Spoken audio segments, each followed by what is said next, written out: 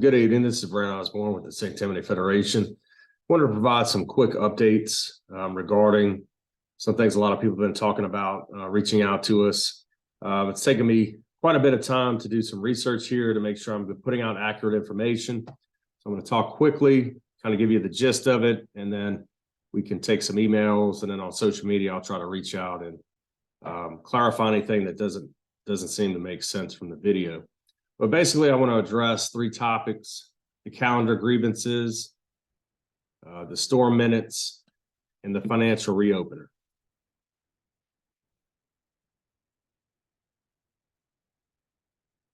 So essential questions here. What's up with the calendar grievances?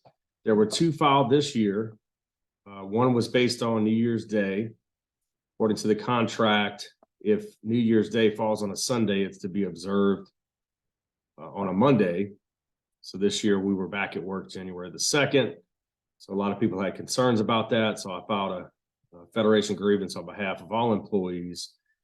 And then we had a grievance based on the way the calendar committee this year was conducted.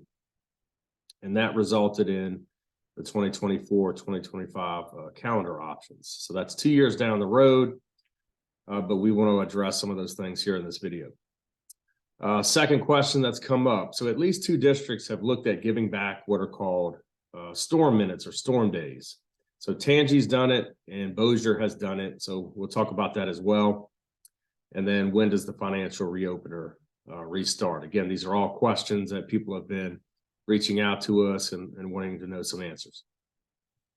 All right, the calendar grievances. So we have effectively resolved that one. Superintendent Jabbia and also Assistant Superintendent over HR, Steve Alfonso, we got together and agreed upon some concessions. So one critical area was to improve the calendar committee and the way it's conducted. So Steve has some good ideas. Won't get into all of them, but one key one is instead of the Federation selections arriving to the calendar committee empty-handed and reviewing the calendars presented by management, we will bring our own calendar options to the meeting. And so to expand upon that, the Federation portion of that calendar committee is going to meet a few times in preparation for the formal meeting so that we have a chance to get input, greater input from employees, and a chance to, again, work on a couple of options prior to the meeting itself. They also agreed to correct the winning option, if you recall, calendar option 1. And they did mention that back at the last school board meeting on Thursday. So the big problem with that calendar is there was a break in the winter break. So previously, employees were going to come back from the winter break on a Friday, and that was going to be a teacher day / PD day. And then the following Monday was going to be another one of those teacher / PD days. And then kids would come back on a Tuesday. So now they've agreed to fill in that Friday. So you are going to have those two solid weeks of Christmas break. And this is just something we're trying out. So this was an idea presented by management, and it seemed to resonate with the people in the committee, basically giving you a transitional day before the kids come back to be able to do some PD, maybe some collaboration, but also to have time in your room to get everything ready to go for that second semester. We'll get input on it and, consider continuing that in the future. So this is just kind of be an innovation we've never tried before. So I felt like that was successful. Now, the second grievance, a lot of people were waiting on the outcome. We did take it through 2 levels of appeals. And here's the bottom line. After talking to the school board panel, talking to administration, there's no question everybody dropped the ball. Going back 2 years ago when this current schedule was created, everybody missed it. And there were a few things that were missed. It wasn't just the New Year's Day thing. And so, in fact, Election Day was not put on the calendar. So when they had to add it, the school board and administration decided to just basically have that be a paid holiday. Employees were not expected to make that up. So every single employee, whether you're a teacher on a 181-day salary schedule, by the end of the year, you will have only worked 180 days. And it depends on the job class. So bus drivers, for instance, will have driven one fewer day and on down the line. So whether you're a 12-month employee, 9-month, it didn't matter. That day was excused.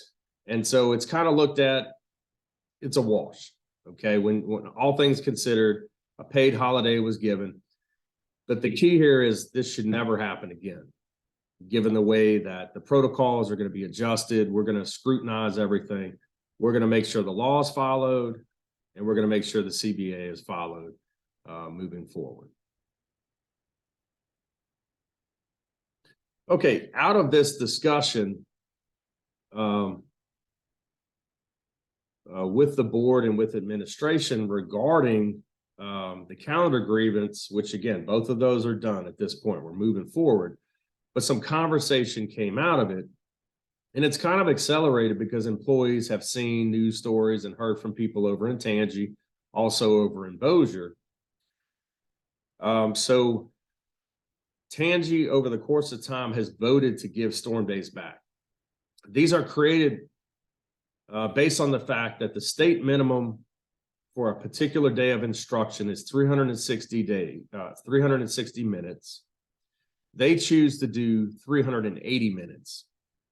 So what ends up happening is you're teaching more in a given day. And if you add up all those minutes over the course of time, it'll be storm days. So even though the physical days are the same, you're racking up time. So in the event of a storm, you wouldn't necessarily have to make up the lost minutes. So they're looking at being creative and trying to find a way to give back. So last year, Ida really, threw a hard punch at St. Tammany, but it threw a harder punch at Tammany. We were all blessed this year, didn't have any storm days. And so they decided to give some of those back. So the minimum number of minutes required by law is 360 per day and 177 days in a school year. So the minimum number of minutes, according to the state, is 63,720. So Tammany, by the end of the school year, they have 174 days on their calendar. When you count it out, times 380 minutes, they would have actually done 66,120 minutes. So that breaks down to 2,400 extra minutes, and divided by the minimum of 360, they have about 6.5 storm days that they have built up. And this is from the Tammany website. So it breaks down here that they started out with, they got to a certain point, so they decided to give back one day to extend the Christmas holiday. Then they decided to give back 2 days to make it a full week for Mardi Gras. And then if all goes well, they're stating that the last 2 days of school are going to be excused if they don't have any kind of emergency. So on the current calendar, the kids' last day for Tammany was going to be Tuesday, May 23rd. That would actually be Monday, May 22nd, if they forgive that storm day. And then the last day of school for teachers would not be the 24th. It would then be May 23rd. And again, this is Tammany only. And technically giving them back what's called the teacher day, we have the same kind of thing at St. Tammany. There's really no instructional minutes involved, right? Because there's no kids there. But still, it would be nice to get that day back and start your summer earlier. So this is also from the Tammany website. You see their calendar on the left. Down at the bottom where the blue arrow is, it says 380 instructional minutes per day are required. And then on their salary schedule, it says they do 7 hours per day, which is what we have in St. Tammany. But they actually have 182 days on their salary schedule. We only have 181 in St. Tammany. All right, so the way that breaks down, if you look at it, 380 minutes, because they choose to do 20 more than you need to, times the 174 days on their calendar is 66,120 minutes, minus the state yearly minimum of 63,720 equals 2,400 extra minutes divided by the 360 minimum gives you 6.67 storm days. So they've decided to give back 5. So if you subtract the 174 instructional days they have on the calendar minus the 5 give back days, that equals 169 instructional days, plus the 8 PD days they have on their calendar, that equals 177 days. So again, they have a 182-day salary schedule. So they're effectively giving 5 paid holidays to their employees. And a lot of people don't understand this about education. Typically, none of the holidays are paid. So Christmas break is not paid.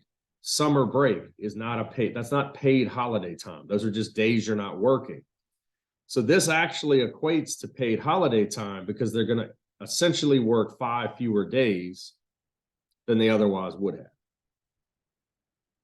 Now let's compare this to St. Tammany Parish.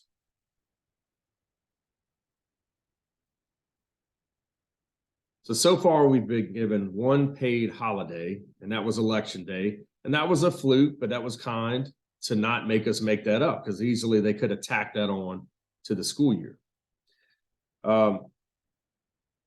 We have 376 instructional minutes per day, and that's how we generate our storm days.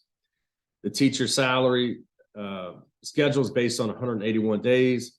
And I don't mean to be so teacher-centric. I'm just trying to keep it short, but every single job class has a different number of days. So for instance, paraprofessionals is 179, bus drivers, bus attendants is 177. Every job class is different.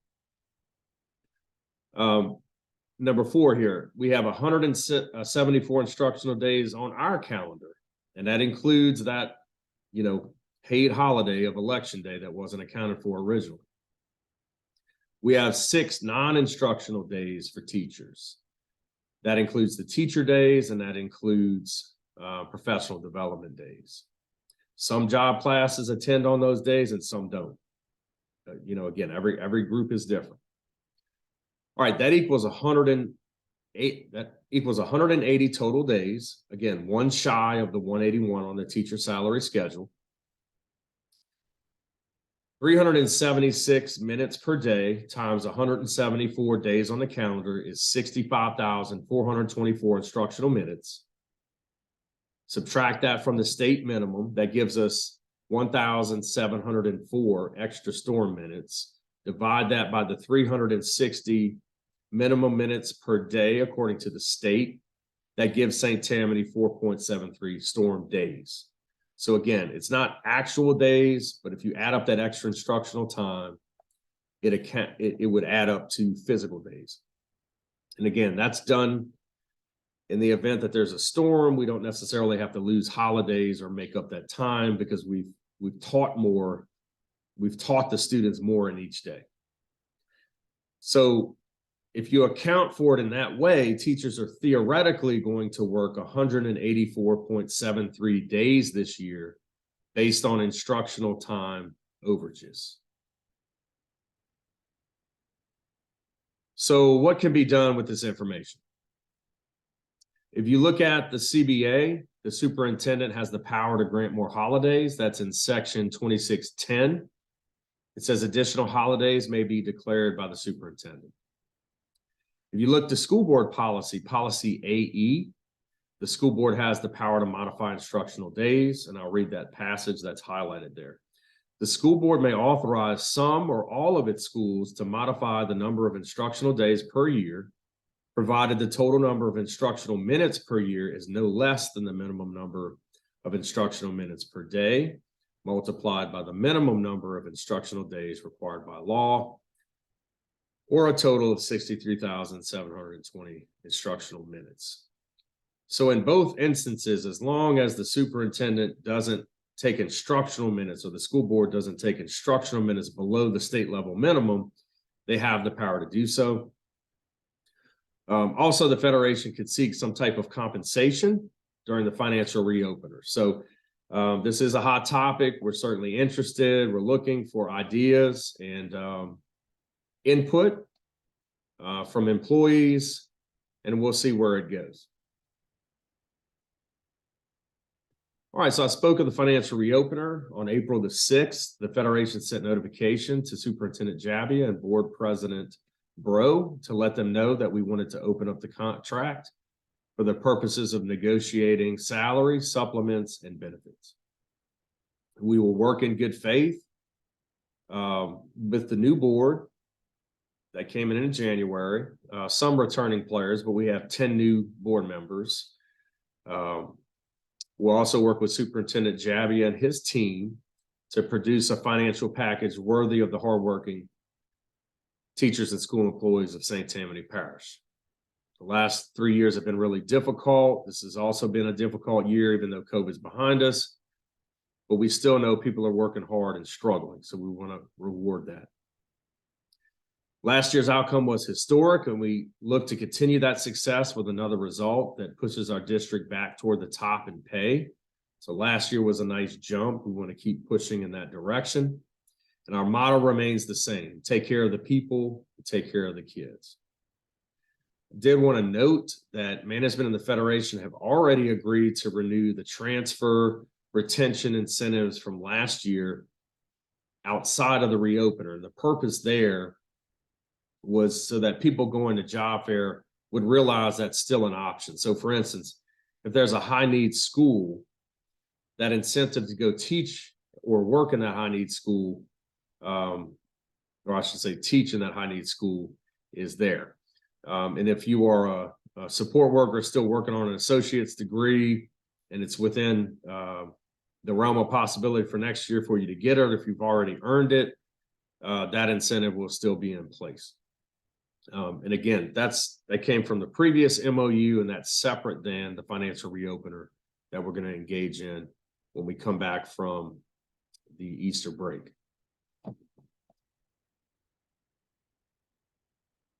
All right, so any questions and concerns that you may have, please reach out.